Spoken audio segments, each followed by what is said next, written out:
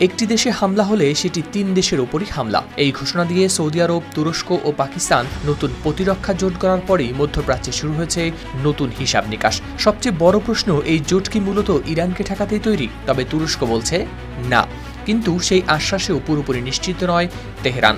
উল্টো সৌদি আরবকে সতর্ক করে ইরানি কর্মকর্তারা জানান, নতুন মিত্রের উপর নির্ভর করলেই নিশ্চিত হবে না নিরাপত্তা।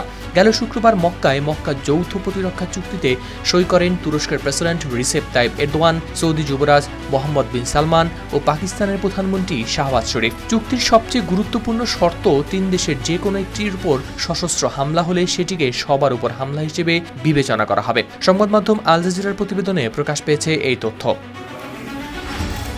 তবে চুক্তির পরদিনই তুরস্কের পররাষ্ট্রমন্ত্রী হাকান ফিদান স্পষ্ট করেছেন, ইরান বা অন্য কোনো দেশকে এই জোটের অভিন্ন শত্রু হিসেবে নিশ্চিত করা হয়নি। তার দাবি, কোনো দেশ যদি এই ৩ সদস্যের উপর হামলা না করে তাহলে সেই দেশকে জোটের লক্ষ্যবস্তু হিসেবেও বিবেচনা করা হবে না। আরও একটি গুরুত্বপূর্ণ তথ্য দিয়েছেন ফিদান। তার ভাষ্য অনুযায়ী এই চুক্তি তৈরির কাজ শুরু হয়েছিল প্রায় ২ বছর ৮ মাস আগে, অর্থাৎ বর্তমান ইরান সংকট শুরু হওয়ার অনেক আগেই ৩ দেশের মধ্যে চলছিল এই পরিকল্পনা। তবে কাঠামোর দিক থেকে চুক্তিটি বেশ শক্তিশালী। ফিদান এটিকে ন্যাটোর আর্টিকেল 5 এর সঙ্গে তুলনা করেছেন। তবে কোনো সদস্য আক্রান্ত হলেই অন্য ২ দেশ স্বয়ংক্রিয়ভাবে যুদ্ধে নেমে পড়বে, বিষয়টি এমনও নয়। আক্রান্ত দেশকে প্রথমে সাহায্য চাইতে হবে এবং কী ধরনের সহায়তা প্রয়োজন সেটিও জানাতে হবে। পরিস্থিতি অনুযায়ী সেই সহায়তা হতে পারে গোয়েন্দা তথ্য ও সামরিক রসদ সরবরাহ থেকে শুরু করে গোলাবারুদ, এমনকি সামরিক ইউনিট মোতায়েন পর্যন্ত। জোট পরিচালনার জন্য রাজনৈতিক ও সামরিক কমিটি গঠন করা হবে। সেখানে ৩ দেশের পররাষ্ট্রমন্ত্রী, প্রতিরক্ষামন্ত্রী ও সামরিক বাহিনীর প্রধানেরা থাকবেন। সৌদি আরবে থাকবে স্থায়ী সচিবালয়, পাশাপাশি যৌথ সামরিক প্রশিক্ষণ, গোয়েন্দা তথ্য বিনিময়, হুমকি মূল্যায়ন ও প্রতিরক্ষা প্রযুক্তিতে সহযোগিতাও বাড়ানো হবে।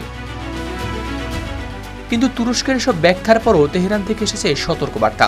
ইরানের পার্লামেন্টের জাতীয় নিরাপত্তা ও পররাষ্ট্রনীতি বিষয়ক কমিটির সদস্য মাহমুদ নাবাবিয়ান বলেছেন, তুরস্ক ও পাকিস্তানের সহযোগিতা সৌদি আরবের নিরাপত্তার নিশ্চয়তা দিতে পারবে না। একই কমিটির ইব্রাহিম রেজাই আবার পুরো বিষয়টিকে দেখছেন কাগজে চুক্তি হিসেবেই। ইরানের পররাষ্ট্রমন্ত্রী আব্বাস আরাকচি সরাসরি মক্কা চুক্তির নাম না নিলেও আঞ্চলিক দেশগুলোকে নিজেদের শক্তির উপর নির্ভর করার আহ্বান জানিয়েছেন। একই সঙ্গে ইরানের সামরিক প্রস্তুতির কথাও তুলে ধরেছেন তিনি। তবে গল্প এখানেই শেষ নয়, কারণ সৌদি, তুরস্ক, পাকিস্তানের এই নতুন জোট ৩ দেশেই সীমাবদ্ধ নাও থাকতে পারে। তুরস্ক চাইছে আরও দেশকে এই নিরাপত্তা বলয়ের মধ্যে আনতে।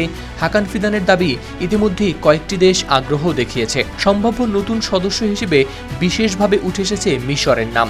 অর্থাৎ মক্কায় স্বাক্ষরিত চুক্তিটি শুধু ৩ দেশের পারস্পরিক নিরাপত্তার ঘোষণা হয়ে থাকবে কিনা সেটি এখন দেখার বিষয়, কারণ সদস্য বাড়তে থাকলে এটি ভবিষ্যতে পরিণত হতে পারে মধ্যপ্রাচ্য ও আশেপাশের অঞ্চলের জন্য নতুন একটি বড় প্রতিরক্ষা বলয়। হাওলাদার শামীম, RTV।